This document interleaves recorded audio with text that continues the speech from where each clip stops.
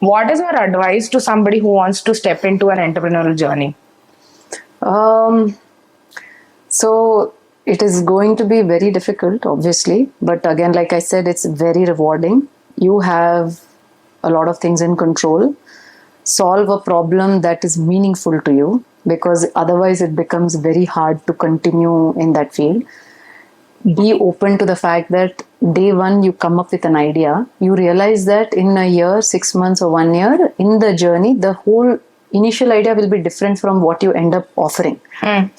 Be open to it. Don't get stuck up on what you had decided to start on day one, because in the process you'll learn about that sector, that customer mindset, and you realize there is a bigger opportunity there. Go ahead and try it.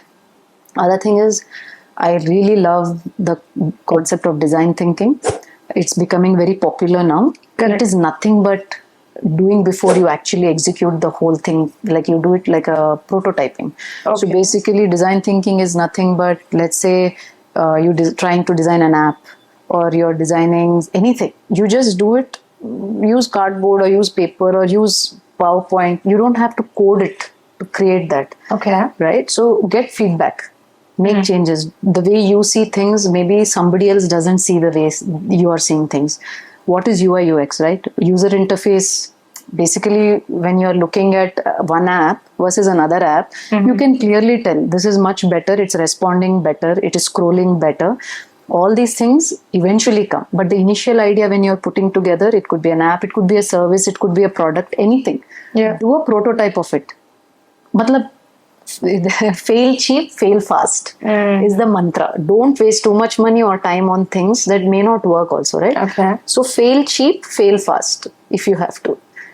Then you will move on to the new idea, you will make changes, you will go on. So I think, again, entrepreneurs are typically very headstrong. They're very not too flexible in their mindset. Right? You have to build that flexibility. You have to be open. You have to look out for what other opportunities are there.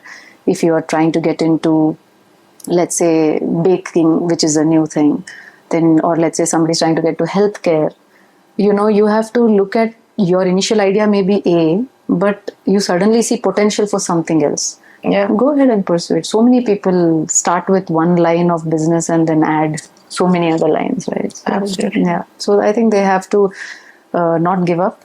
I think it takes time. And you have to surround yourself with people who can add value and not drain you energy wise. So I keep telling people, you are who you are surrounded by. And there's a very famous line Michelle Obama always says, right?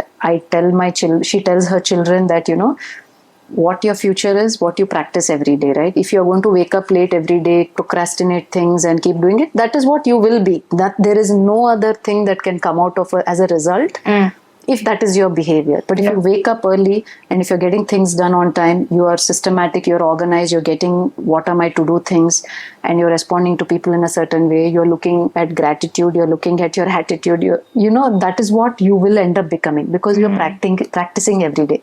You can't have a life for 20 years in one way and suddenly wake up and think I will change the world today or change myself today, right? So it is every day's practice that goes into becoming who you are. So